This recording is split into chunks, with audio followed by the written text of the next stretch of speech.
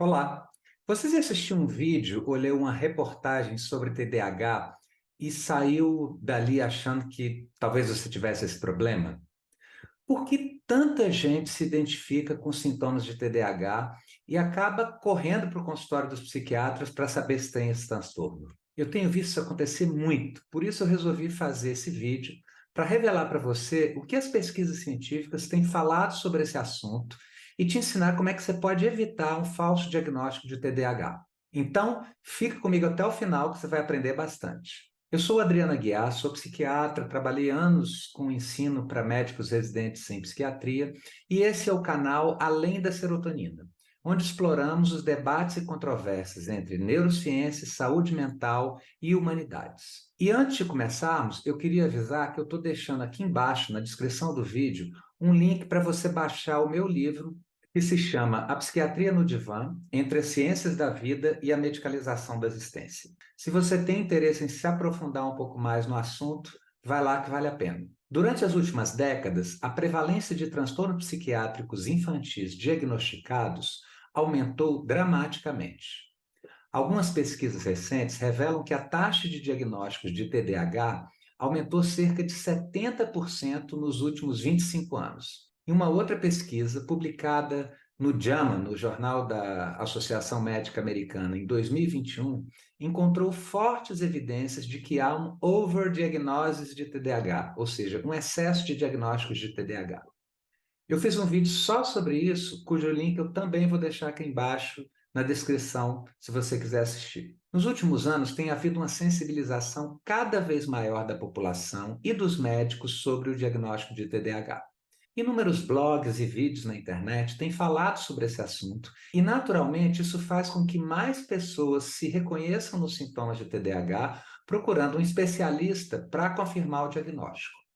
Certamente, essa é uma das razões desse aumento extraordinário nas taxas de diagnóstico de TDAH que as pesquisas revelam. Em segundo lugar, as empresas farmacêuticas utilizam com sucesso seus vastos recursos econômicos para promover na sociedade certas doenças psiquiátricas e aumentar os seus lucros com a venda de medicamentos. A esse respeito, é digno de mencionar um artigo publicado por um pesquisador americano que analisa a globalização do diagnóstico de TDAH e suas relações com a indústria farmacêutica.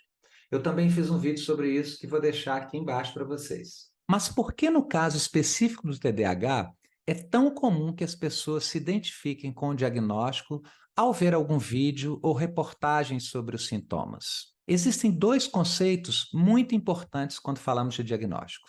O primeiro é sensibilidade e o segundo é especificidade. Eu vou tentar explicar esses dois conceitos para vocês. Imagine que você é um pescador e não sabe de antemão nada sobre a diferença entre os peixes. Mas você tem na mão uma rede de pesca que venderam para você dizendo que é uma rede de pescar salmão. A rede de pesca, aqui no caso, é uma metáfora para o seu instrumento diagnóstico. Você não sabe o que é um salmão, mas é dito para você que se você jogar aquela rede, o que vier é salmão. Como é que essa rede precisa ser? Se as malhas dessa rede foram bem pequenas, você vai jogar a rede e ela vai certamente recolher ou detectar todos os salmões que estiverem naquela região. Isso quer dizer que aquela rede tem alta sensibilidade, ou seja, que aquele instrumento diagnóstico detecta todos os casos que passam por ele. Ele não deixa muitos casos falso negativos. E o que é que são falso negativos? Falsos negativos são casos de pessoas que têm a doença, mas o instrumento diagnóstico que você utilizou não detectou. Por isso é chamado de falso negativo. Assim, um bom exame diagnóstico precisa ter alta sensibilidade, quer dizer, ser capaz de detectar o mais próximo possível de 100% dos casos que realmente têm a doença, deixando o mínimo possível de falsos negativos. Uma rede de pesca com uma malha pequena vai trazer todos os salmões que passarem por ela, já que o salmão é um peixe relativamente grande. O problema é que essa rede vai trazer também muita coisa que não é salmão. Ela pode trazer, por exemplo, um monte de sardinhas também. Então, o que vai acontecer? Você vai acabar achando que um monte de sardinha é salmão. Nesse caso, o problema é que o seu instrumento diagnóstico gerou muitos casos falso positivos. Pessoas que não têm a doença, mas que o instrumento diagnóstico diz erroneamente que elas têm. E isso pode acontecer com qualquer instrumento diagnóstico. Uma boa rede para pescar salmão precisaria ter as malhas mais largas para ser o mais específica possível, só pegar salmão e deixar passar tudo que for sardinha, nesse nosso exemplo aqui. Ou seja, um bom instrumento diagnóstico é aquele que tem alta sensibilidade, detectando o máximo possível de casos verdadeiramente positivos, mas tem também alta especificidade, quer dizer, ele só detecta os casos que são realmente salmão. E o que isso tudo tem a ver com sintomas de TDAH? É que muitos dos sintomas do TDAH são pouco específicos. Por exemplo, quando se fala em procrastinação, muita gente se reconhece nesse sintoma e acaba achando que pode ser TDAH. Afinal, vamos ser sinceros, quem é que nunca deixa as coisas para a última hora? Quem é que não tem dificuldade de terminar certas tarefas? Outro dia, ouvi uma pessoa dizer que primeiro achava que tinha TDAH, depois ela começou a achar que tinha autismo. Perguntei por quê e ela me deu um exemplo. Ela disse que tinha um apartamento que ela costumava alugar para o Airbnb e estava há meses para pintar uma parede que não estava muito legal. Ela sabia que ela tinha que pintar a parede, mas sempre arrumava um motivo para adiar a tarefa. Isso durou alguns meses. Aí achou que poderia ter TDAH por causa disso. Depois, quando finalmente ela resolveu fazer a pintura, ela mesma foi lá e fez a pintura, passou horas pintando. Nem almoçou naquele dia porque ficou totalmente absorta na tarefa de pintar a parede, desde que começou na parte da manhã até acabar mais para o final da tarde. Aí ela disse que, em vez de TDAH, começou a pensar que poderia ser autista, por ter ficado horas pintando, e isso poderia ser um sinal de hiperfoco.